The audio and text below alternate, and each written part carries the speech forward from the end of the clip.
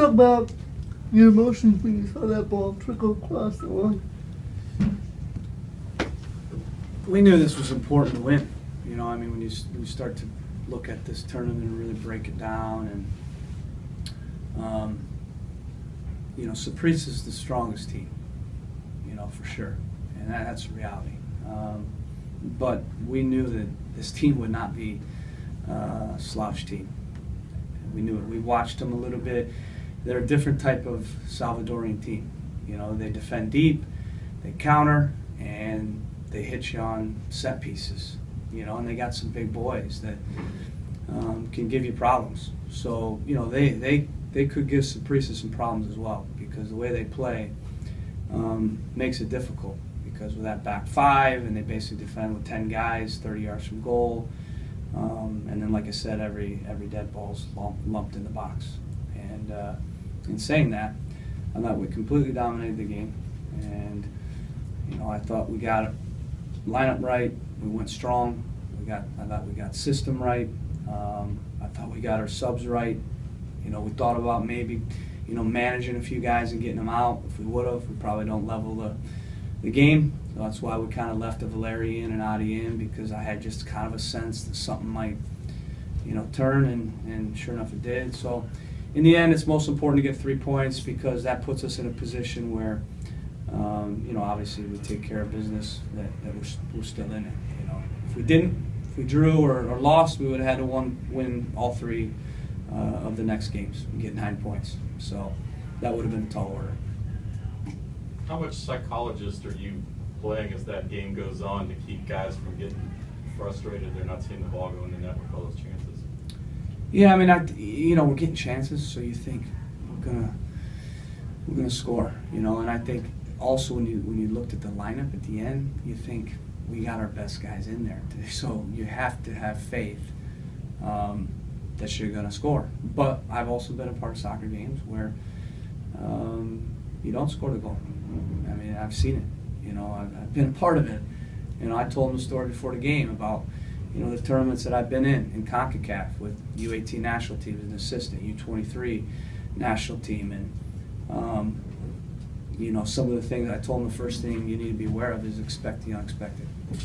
And the second thing I told them to be aware of is every game matters in tournament football, every point matters, and every goal matters.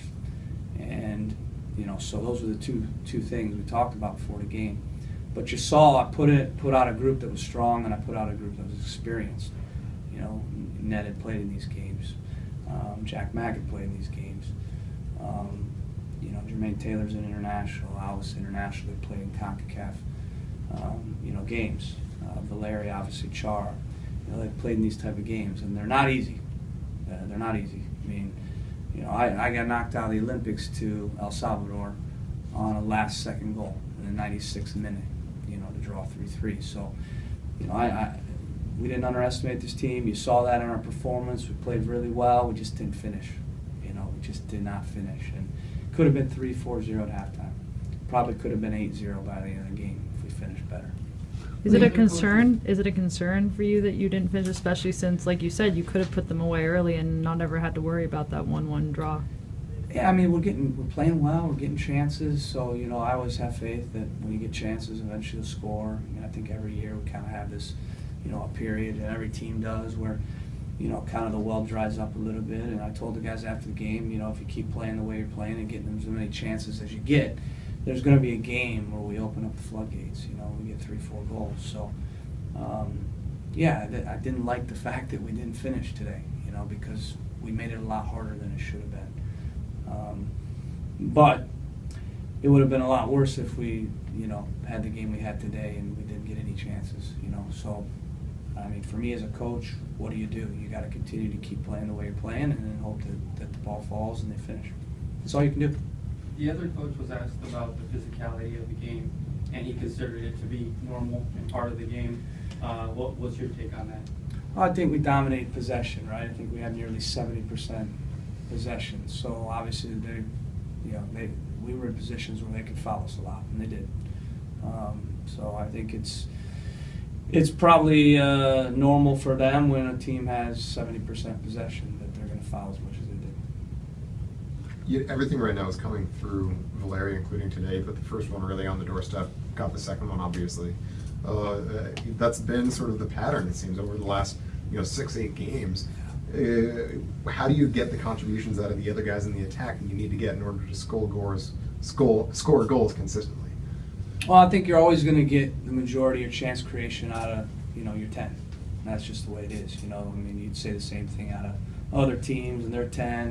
Montreal Piatti. I mean, Giovinco. I mean, it's going to be the same. Kaká, Robbie Keane. It's going to be very similar. You're always going to get one or two guys where you get the majority of chance creation out. That's why we have them, and that's why we play them in the way that we play them. I thought today was interesting because we floated him wide and then had him come in inverted, and it was a good look for us. And the thought behind it was to get an extra goal scorer on the field, and that paid off because Jack Mack scores the first goal. And so for me, that's one way of trying to unlock a few more goals is put an extra goal scorer on the field.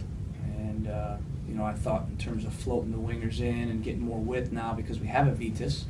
We're getting crosses for the first time, this year from that left back position, which allows us to now do some different things. Play two strikers at times, bring the wingers in, and I thought that really looked good today, other than the finish. But I thought other guys had chances. I thought Adi had a nice ball on the first goal where he laid off, so he was involved in that one. Nagby was involved a lot towards the end of the game. He works well on that left side, and he's going to work even better with a attacking left back.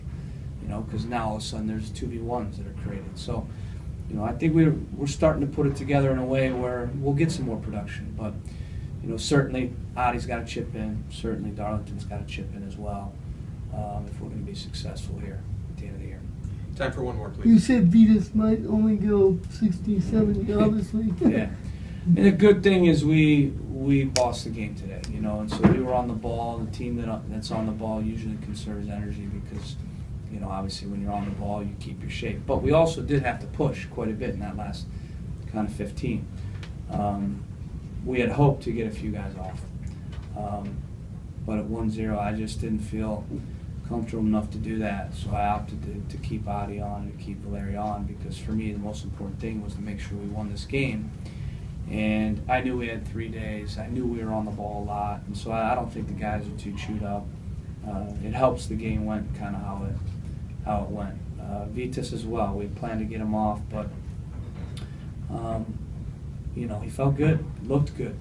It was a good first game for him, and now we got to kind of turn him around. But he's a very fit guy, and you can see he's kind of mobile, and he's fit. He's got a good engine, so he's got a body type that I think will turn around pretty quick. And that was another twist at the end. We've been kind of going to 3 in the back to chase games, and it hadn't really worked, and so we decided to stick with the 4 to keep the 2 holding mids because sometimes to score the goal you got to get balls won in the midfield, and funny enough when you play 4 in the back it becomes 2 really if you're attacking your outside backs.